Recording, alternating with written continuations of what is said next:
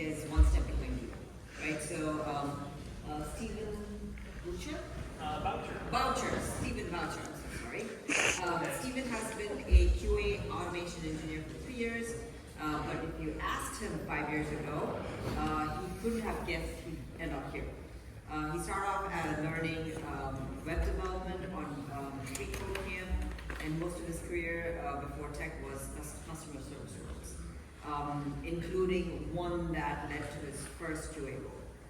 As someone who comes to tech from a non-traditional background, he's passionate about helping people break into tech, especially QA, and over the past year, he's been exploring ways to help people do that. When he's not working, his favorite things to do are traveling with his wife, playing with their 2 kitties, and doing parkour. I hope we get to see some cat photos. I might have to disappoint you.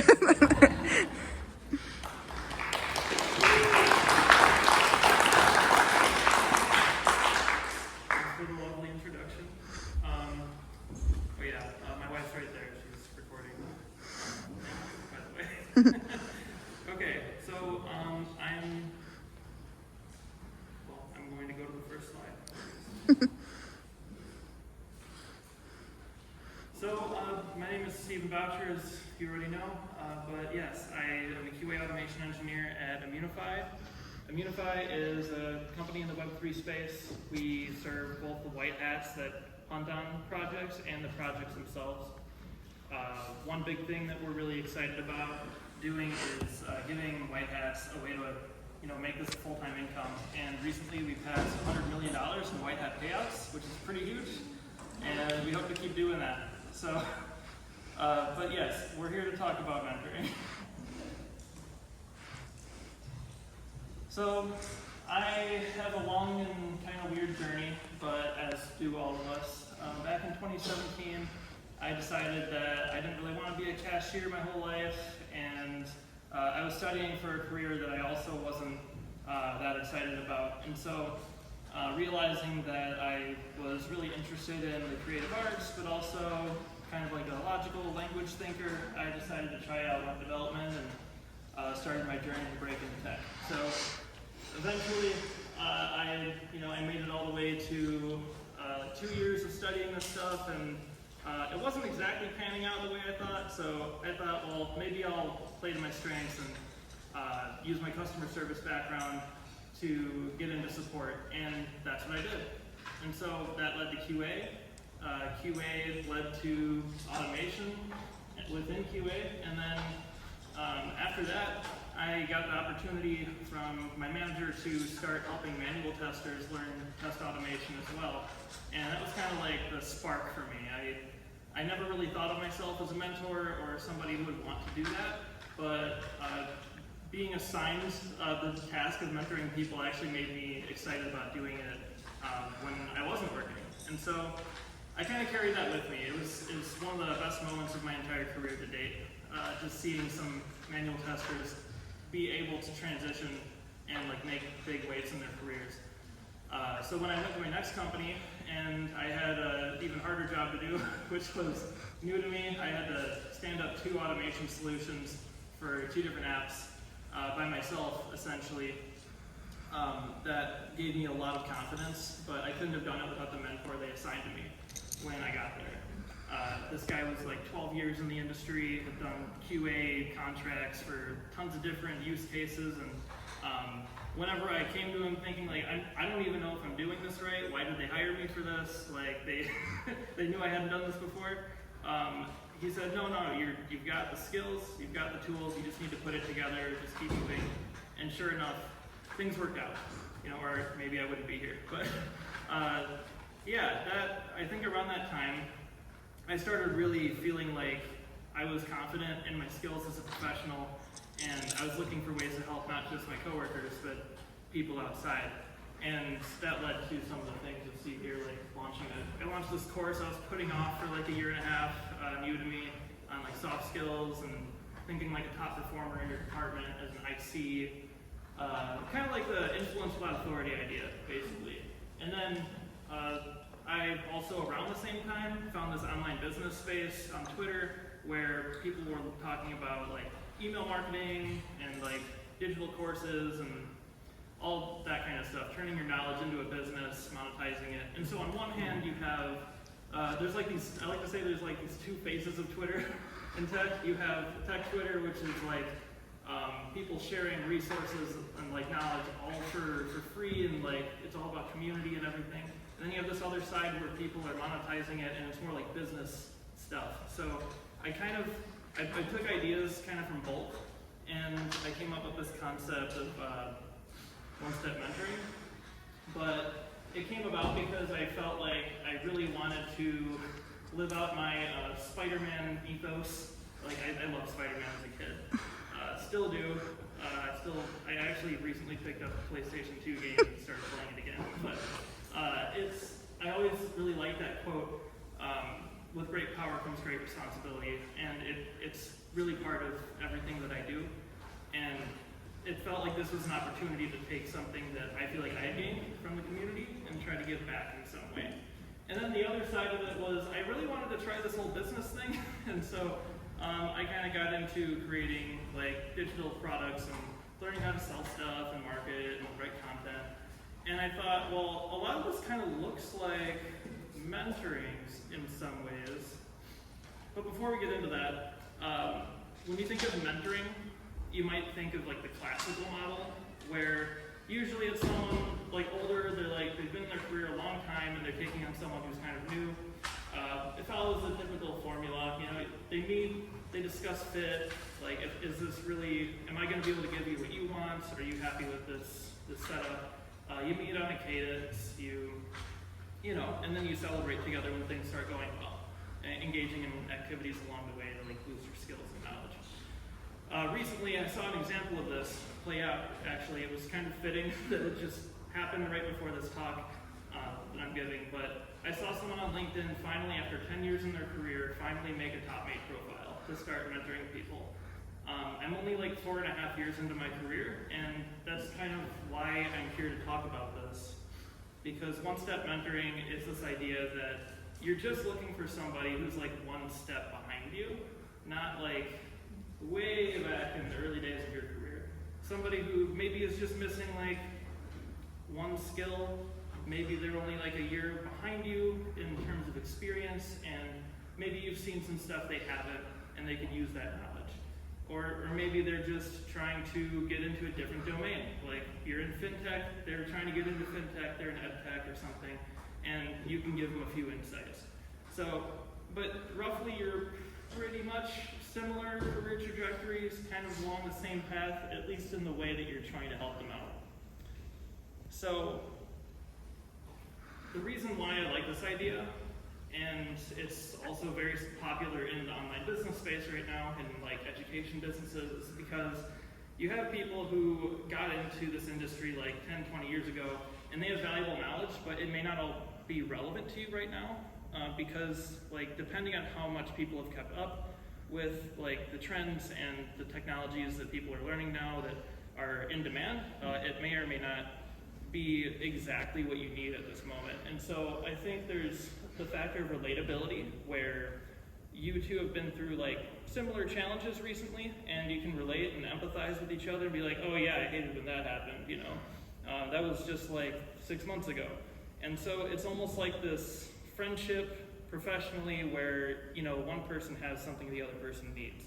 And so naturally I kind of refer to my mentees as my friends typically, because it feels like they're my friends. Like it's not, it's pretty much how it goes, and I feel like that's a better relationship to have if you're trying to like teach somebody something. And then, yeah, I already mentioned the relevant guidance aspect. So, during my journeys, this has only been like the past 6 to 12 months I've been trying this out. Kind of hopped onto ADP list and put a blast out on LinkedIn saying, hey, I just made this thing, and if anybody in the QA community wants some help, you know, book something, basically. And I ended up getting people from all over the world booking stuff with me. But you know, a lot of them came to me with the same questions. A lot of them were dealing with imposter syndrome. They maybe had some skills that they were missing that are really in demand right now, like Playwright's a big one. Everyone's like, teach me Playwright. I'm like, I want to make a course, I haven't done it yet, but And then there's, people are on the job hunt. As we know, it's a tough market. So, I mean, I've done a lot of interviews.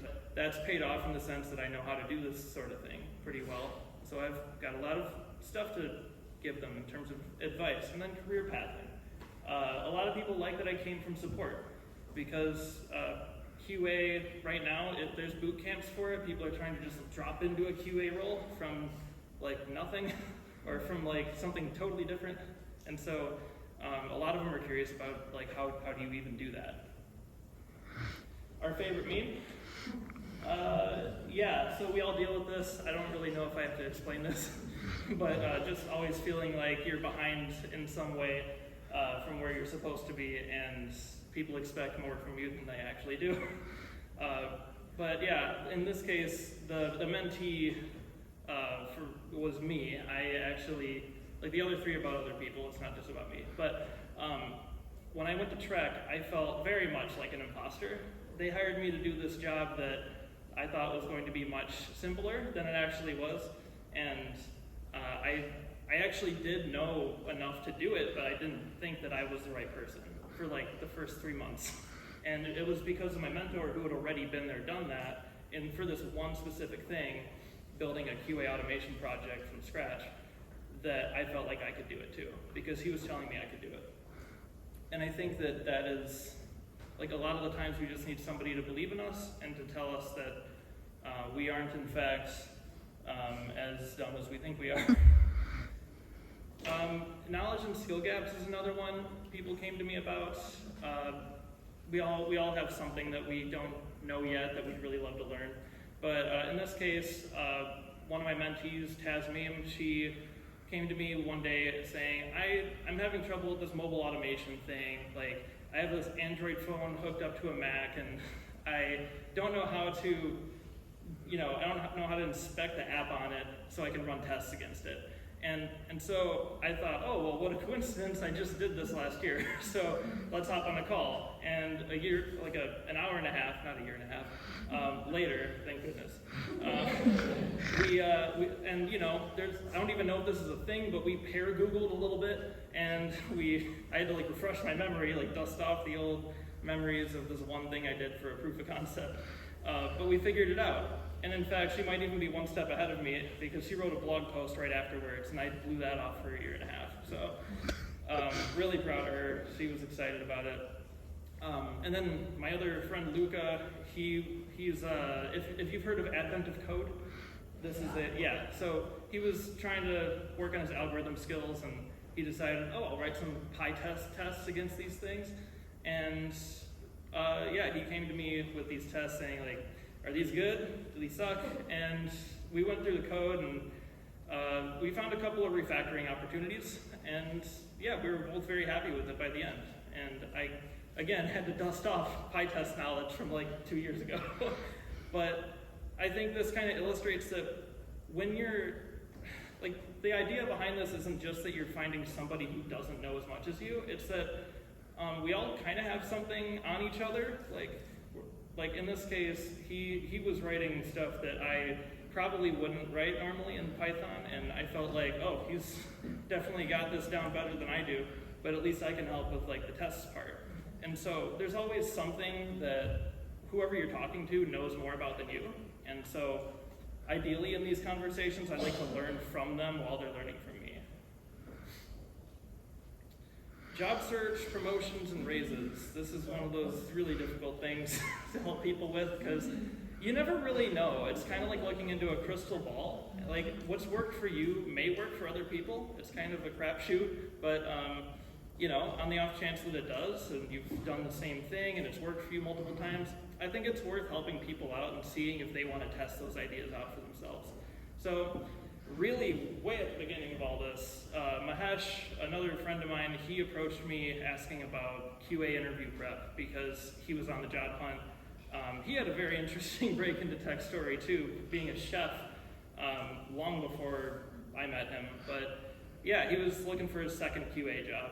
And I had interviewed around quite a bit while looking for mine, and so we did some like interview prepping and he asked about behavioral questions, technical, what to expect. And a couple months later, he ended up landing a job, and it was pretty cool. So, I'm not taking credit for that at all. That was all him. In fact, he's actually the one who inspired me to come do this, because he started volunteering at conferences. I'm like, I thought I had to wait a few more years to go do that. But yeah, I don't know. I've really been loving that it's been like a two-way learning street. And then career pathing is one more theme that I've come across quite a bit. George in particular approached me a few months ago, and he was in support, and he's like, you came from support too. How do I get to QA? And I'm like, well, there's a few ways you can go about it, and none of them are easy.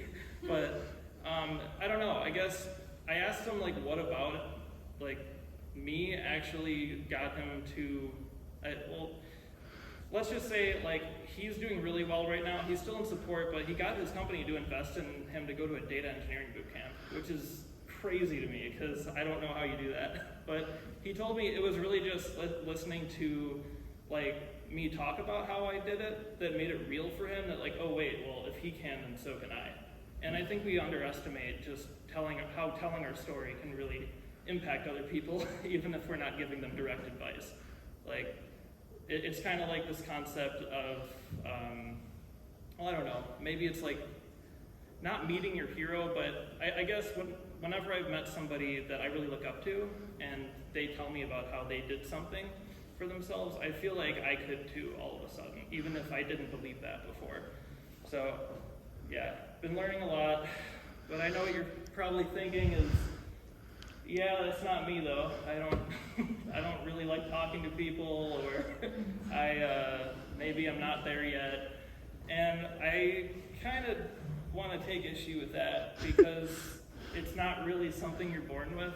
This is something that you learn through practice, just like development, just like any other skill. And so really the best way to go about it is just get out there and start trying.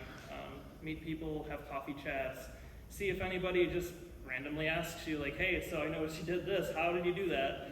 You're probably gonna get that a lot, especially if you're already in the field, because there's a lot of people trying to break into this field right now or make really cool things happen for themselves. So here's some of the ways that I've done that, or that I've found that are interesting ways to do this in the age of information and social media and shareable stuff. So a lot of this I took from the online business space, actually.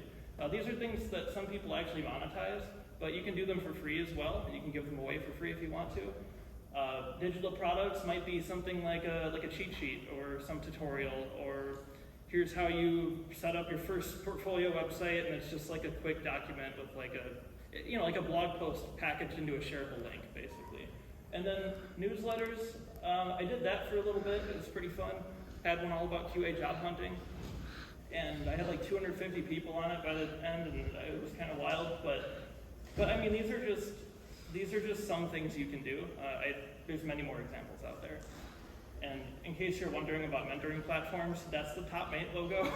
Not everyone knows what that is. ADP list is good too. But I just want to bring it back to relatability and relevance are like the biggest reasons why this works, because you really are just making friends. Like, I'm dressing it up into this big thing called one-step mentoring. Really, I'm just saying go make some friends and see how you can help each other, because everybody has something to offer each other. But especially if you're already deep in the industry, I mean, you don't realize how much you know. Like, I've been asked the questions that make my head spin. It's like, I thought everyone knew this. But they don't. You've just internalized it because like, it's just your way of life now. But there was a time when I was still just struggling to write a basic JavaScript algorithm on Free Code Camp, and there's a lot of people out there who would love for you to just go meet them. And there's no perfect time. Just, I don't know, go do some of these things. So, create a mentor profile. It's super easy. It's like filling out like a LinkedIn profile, except easier because there's not as many widgets. You can make like just one meeting option, like set your availability calendar. I set mine for like, I'm only available lunch, like my lunch period Monday through Thursday, and my weekends are off because I can, you know? You don't have to make it crazy like you're doing this full time or anything. And you meet all sorts of cool people. It's fun. You can go on LinkedIn and just make a post like, first 5 people who DM or reply to this will get a free LinkedIn profile review. And they'll send you their LinkedIn, you get practice reviewing their profile, maybe if that's like something you're interested in. And then there's also can you see this by the way over there? They got one over there. I forgot about that screen. So, and then this is a little challenge that I hope some of you will take me up on. Try to make your own little digital product, you know. Here's some ideas, like go on YouTube and make a video on how to launch your first site, maybe 10 coding interview hacks blog post. You can make a template. Go try to use Notion for something, it's a fun tool. But yeah, I also just provided the link on the website, you can access it later. But I've liked to experiment with all this stuff. It's a lot of fun. There's a lot of ways you can help people. So,